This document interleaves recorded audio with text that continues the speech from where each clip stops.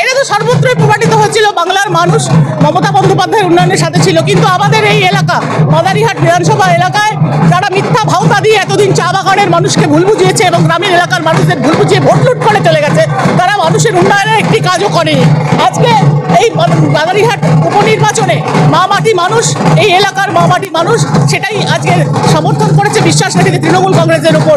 কারণ একমাত্র দল তৃণমূল কংগ্রেস যে কথা দিয়ে কথা রাখতে জানে, এবং একমাত্র নেত্রী মমতা বন্দ্যোপাধ্যায় বাংলার মুখ্যমন্ত্রী হিসাবে 11 সাল থেকে যে উন্নয়ন করেছে, যেখান থেকে মাদারিহাট বিধানসভায় সেই উন্নয়নের ছোঁয়া এসে পৌঁছতে পারেনি। কারণ যারা মিথ্যাবাদী, যারা ভাওতা নেয়, তারা এই এলাকায় যে মানুষকে ভুল বুঝিয়ে রেখেছিল, আজকে মানুষ সেটা বুঝতে পেরেছে এবং সর্বত্র তাই উন্নয়নের পক্ষে মানুষ রায় দিয়েছে। মাদারিহাটবাসীকে আমাদের সর্বভারতীয় তৃণমূল কংগ্রেসের পক্ষ থেকে আমরা ধন্যবাদ জানাই, মামাটি মানুষকে ধন্যবাদ জানাই।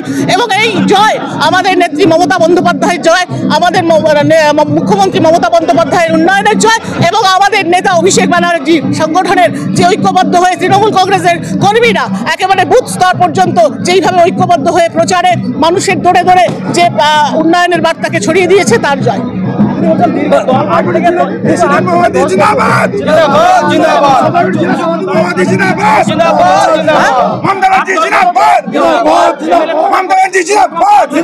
এরা মানুষকে শুধু মিথ্যা ভাওতা দিয়ে ভোট লুট করে, কিন্তু মানুষের বিপদে আপদে এবং উন্নয়নে এদেরকে দেখা যায় না। তার একেবারে প্রকৃষ্ট উদাহরণ নরেন্দ্র মোদী, যিনি এই মাদারিহাটে এসে বলে গেছিলেন 14 সালে যে 1000 কোটি টাকার প্যাকেজ দেবেন চা বাগানে, সেই প্যাকেজ আজ পর্যন্ত চা বাগানের মানুষ পায়নি। এইভাবে প্রতিবার ভোটের সময় শুধু বিজেপির এই মিথ্যা ভাওতা দেখে দেখে অভ্যস্ত হয়ে আজকে মানুষ সম্পূর্ণ সেটা উপরে ফেলে দিয়ে মমতা বন্দ্যোপাধ্যায়ের পক্ষে রায় দিয়েছে, তৃণমূল কংগ্রেসের উপর আস্থা রেখেছে। এটাই সবচেয়ে বড় কথা। জলপাইগুড়ি